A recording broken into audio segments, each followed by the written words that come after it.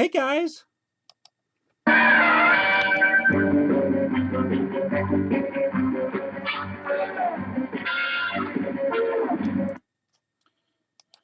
Hey, it's time for BrickTsar News, and in today's episode of the news, I don't have anything to say. No, it's BrickTsar Answer Thingy. We're not doing any news. But should I do a news segment? What would be news in my news segment? That's a good one. Anyway, I'm going to do BrickTsar Answer Thingy. I'm only going to cover 2 or 3 questions maybe. Really pressed for time, and I hate that I've neglected some of these questions. I appreciate everybody's support, and I will continue to work at this, but life happens sometimes. And let's just start with from this last video, Raptor55. Raptor55 said, What's your favorite minifigure from the Minifig Lego series? And that's a good question because in my favorite figs over there, I got a little box I'm putting my favorite figs in. I got about 6 or 7 in there right now. I'm going to try not to use any from the LEGO Collectible Minifigure series, even though there's some very, very good ones. But from the collectible minifigures, it's going to be Nacho Libre. That's what I call him, but it's the first wrestler that we got with the blue, medium blue. Call him Nacho Libre because he looks just like Nacho Libre. And Tyler Pridey. Oh, Tyler, you gave me the pronunciation of your name. I can't remember if it's Pridey or Pridey. I'll go back. I got to go back and look at that other video. I'm sorry. I'll get it right. I need to put a sticky note for people that comment regularly like you. So I appreciate it, and I'll try to get it right next time. He said, what's your favorite minifigure out of your entire collection? And that's the one that I can't reveal yet. Why don't you guess? Not just you, I mean, but everybody. What do you think my favorite minifigure is? Out of all the minifigures made from 1975 and up, and yes, I said 1975, but that's not a hint. Crash and I3 urn. It's like a 1 and a 3, an I and a 3 next together to make the B. So it looks like a fancy B, so it's really Crash and Burn, but it's Crash I3 urn. Crash and Burn. You decided on making your own Lego city. Will you have all custom mocks, or will you incorporate current and future sets into your city? And would you consider, when doing your Lego reviews, adding numerical, number, or letter? And it says read more.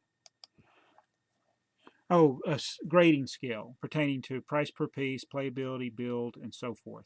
Those are 2 excellent questions, and I'm glad you asked this first one about are you going to have all custom mocks, or will you incorporate current and future sets into your city? The Lego movie has totally changed how I'm viewing things.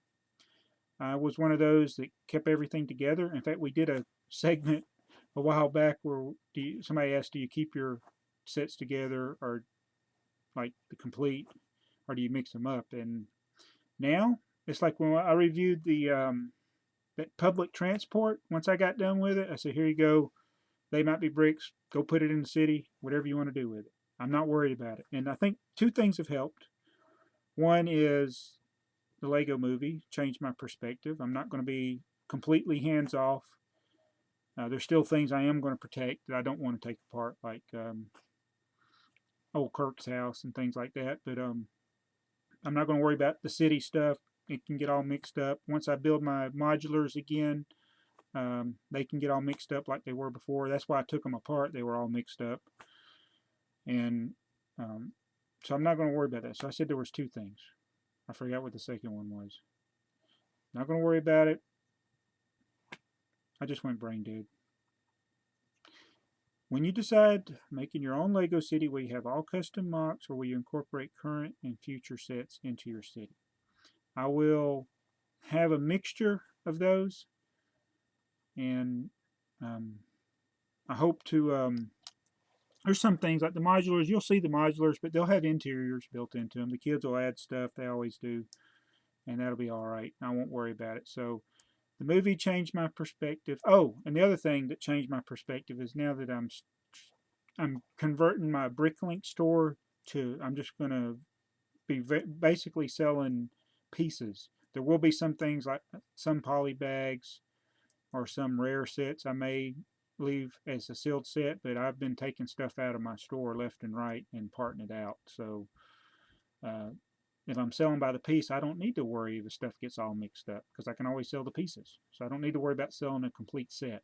So you'll see less and less complete sets in my store inventory. So that's a really good question. And as far as doing a grading scale, I've had a couple of people ask that in the past, and yours is first time in a while that somebody's asked me to do that. I don't feel comfortable grading stuff because it's, I look at things differently than I know a lot of people are, and I don't begrudge people for looking at things differently than me. That's fine. I'm going to like things that other people aren't going to like, and you know, that's what I've been doing. Fabuland reviews. I know people don't watch the videos. I do Duplo reviews. You know, some people like them, and then you'll get a thing like Lego for Chris seeing one of my Duplo reviews, and it's like, oh, I could use that piece in my city, and he's got the Duplo grass that he's using with his next to his Simpson house. So every now and then something good comes out of them like that. But I might can do that, but it's so arbitrary. It's like maybe if I gave a lot of thought to it before I did a set, I could do some kind of review. And I do occasionally mention that it's not a good value. Like, you know, this has 250 pieces and it costs $40. What were they thinking, you know? But I do mention that, and I do mention playability, but I haven't thought about putting a scale on that. That's a good question, so maybe I'll do that. All right, there was one other question. I'm going to stop there. Let's go to this other question. Somebody asked a question about a brick separator.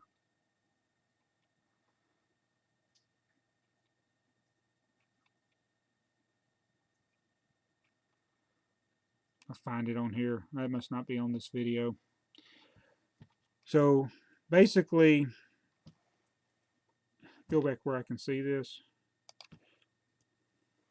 Anybody seen one of these before? I can't do the hand trick here because it's so small piece.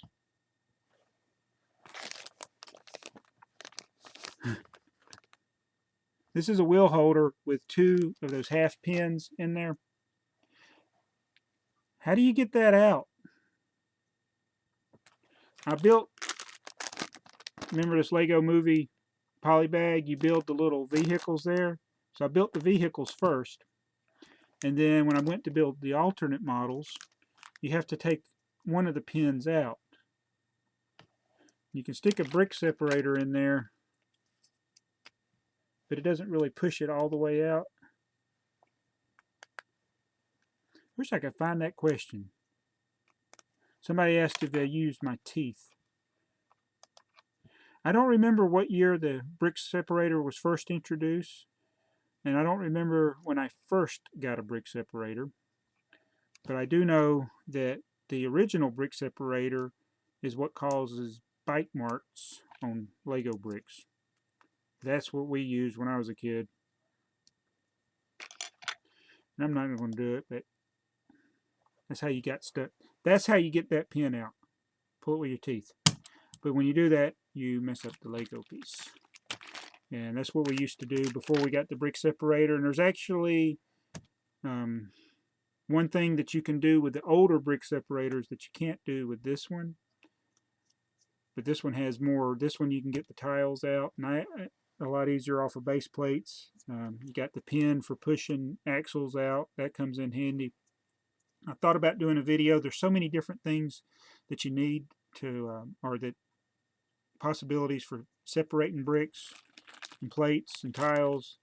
And I wanted to do a video of those, but I knew that if I did it, there's, well, you didn't show this and you didn't show that. But I'll eventually will do one. It won't be all inclusive because you can't possibly show all the possibilities of getting Lego bricks stuck together.